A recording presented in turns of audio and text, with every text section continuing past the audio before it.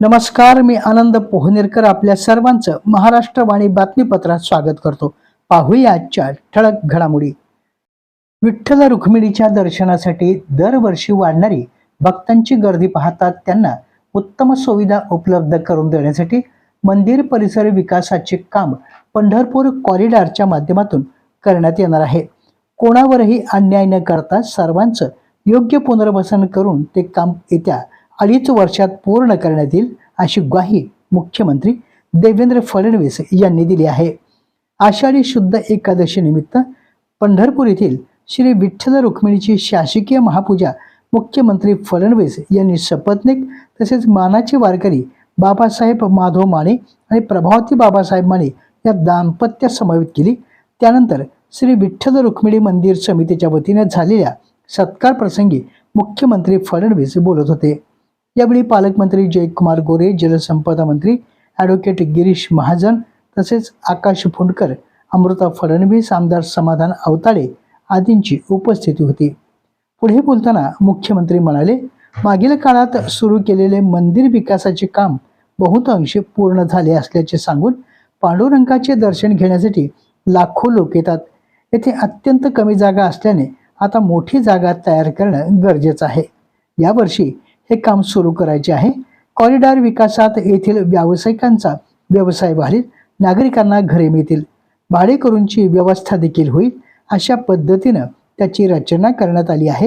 हे काम पूर्ण झाल्यानंतर कितीही भाविक आले तरी अतिशय उत्तम व्यवस्था या ठिकाणी होणार आहे. पुढे बोलताना मुख्यमंत्री म्हणाले, यावेळी वारीने एक नवा उच्चांक गाठला आहे. दरवर्षी 25 किलोमीटरपेक्षा जास्त लांबीची दर्शनासाठीची रांग लागली होती, परंतु दर्शनासाठी 25 तास लागले तरी कोणीही नाराज न होता न थकता त्या ठिकाणी आनंदाने विठ्ठल नामाचा गजर करत हे दर्शन घेत आहे. चंद्रभागेचे पाणी स्वच्छ राहील याची काळजी घेण्यात येईल असेही त्यांनी स्पष्ट केले. यावेळी पालकमंत्र्यांनी वाळवंटात अतिशय सुंदर व्यवस्था केल्यामुळे तेथील कचरा, विष्ठा आदी संपूर्ण स्वच्छता झाली आहे. त्यामुळे अतिशय सुंदर वाळवंट आपल्याला पुन्हा एकदा पाहायला मिळेल. आपण सर्वजण करत असलेली सेवा श्री विठ्ठल स्वीकारतील आणि त्यांचा आशीर्वाद आपल्या सर्वांना मिळेल अशी प्रार्थना त्यांनी यावेळी केली.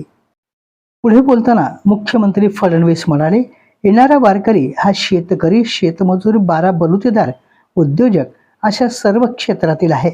विठुरायाची सेवा जरी आपल्याला करता आली नाही तरी वारकऱ्यांची, शेतकऱ्यांची सेवा केली तरी ती सेवा विठुरायापर्यंत पोहोचते. त्यामुळे यावर्षी शेतकऱ्यांच्या जीवनात परिवर्तन घडावे यासाठी 56 लाख शेतकऱ्यांची कर्जमाफी, शेतकऱ्यांना मोफत वीज देण्याचा निर्णय आणि थकीत वीज बिल माफ करण्याचा निर्णय शासनाने घेतला आहे असेही त्यांनी यावेळी स्पष्ट केले. शासकीय महापूजेच्या मानाचे वारकरी मुक्काम पोस्ट गौरगाव, तालुका कळंब, जिल्हा धाराशिव येथील बाबासाहेब माधव माने आणि सौ प्रभावती माने या दाम्पत्याचा मुख्यमंत्र्यांच्या हस्ते सत्कार करण्यात आला. आषाढी एकादशी निमित्त आज परभणी शहरातील गुजरी बाजार येथील विठ्ठल रुक्मिणी मंदिरमध्ये उपमहापौर गणेश देशमुख आणि त्यांच्या सुविद्य पत्नी कोमल गणेश देशमुख यांच्या हस्ते विधिवत पूजा आणि आरती करण्यात आली. यावेळी बाळगोपाळांनी काढलेल्या दिंडीमुळे उपस्थितांचे लक्ष वेधून घेतले.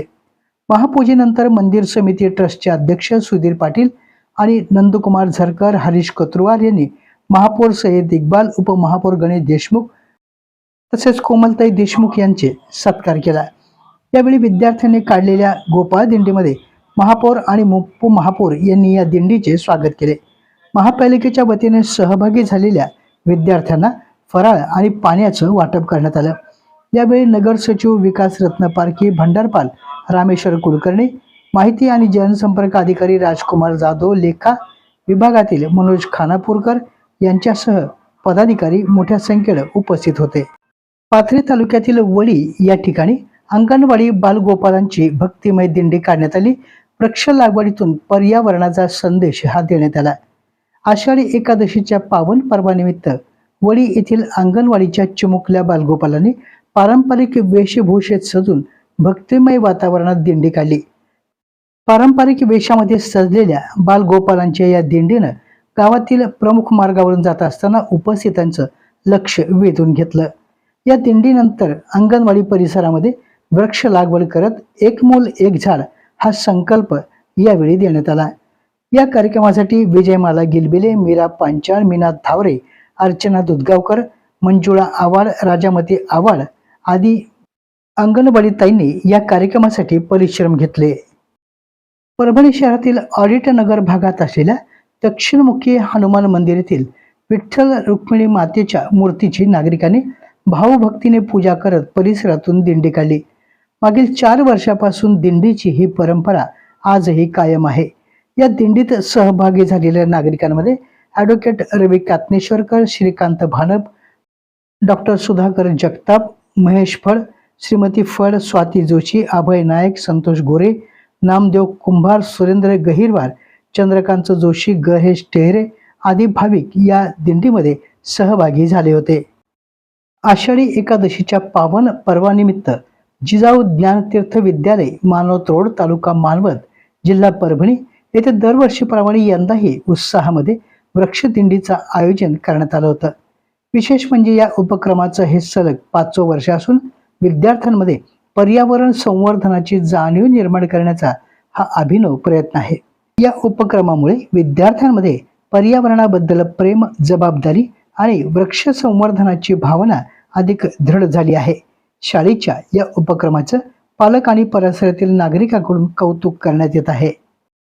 भारत निवडणूक आयोगाच्या विशेष सखोल पुनरीक्षण अभियानाअंतर्गत गणना प्रपत्राच्या संगणकीकरणामध्ये परभणी जिल्ह्याने उल्लेखनीय प्रगती साधली असून 24 जुलै 2026 रोजी सायंकाळी 4 वाजेपर्यंत जिल्ह्यात 12,31,058 गणना प्रपत्राचे संगणकीकरण पूर्ण करण्यात आले। या अभियानात गंगाखेड विधानसभा मतदारसंघाने 3,59,344 गणना प्रपत्राचे संगणकीकरण करून जिल्ह्यात प्रथम क्रमांक पटकावला आहे। या यशाबद्दल जिल्हाधिकारी तथा जिल्हा निवडणूक अधिकारी संजय सिंह चव्हाण यांच्या हस्ते जीवराज डापकर यांचा सत्कार करण्यात आला। यावेळी उपजिल्हा निवडणूक अधिकारी अरुणा संगेवार, उपविभागीय अधिकारी परभणी उदयसिंह भोसले, उपविभागीय अधिकारी पाथरी संगीता चव्हाण तसेच जिल्हाधिकारी कार्यालयातील अधिकारी, कर्मचारी तसेच सहाय्यक निवडणूक अधिकारी आणि जिल्हा निवडणूक विभागातील नायब तहसीलदार सतीश रेड्डी यांची उपस्थिती होती।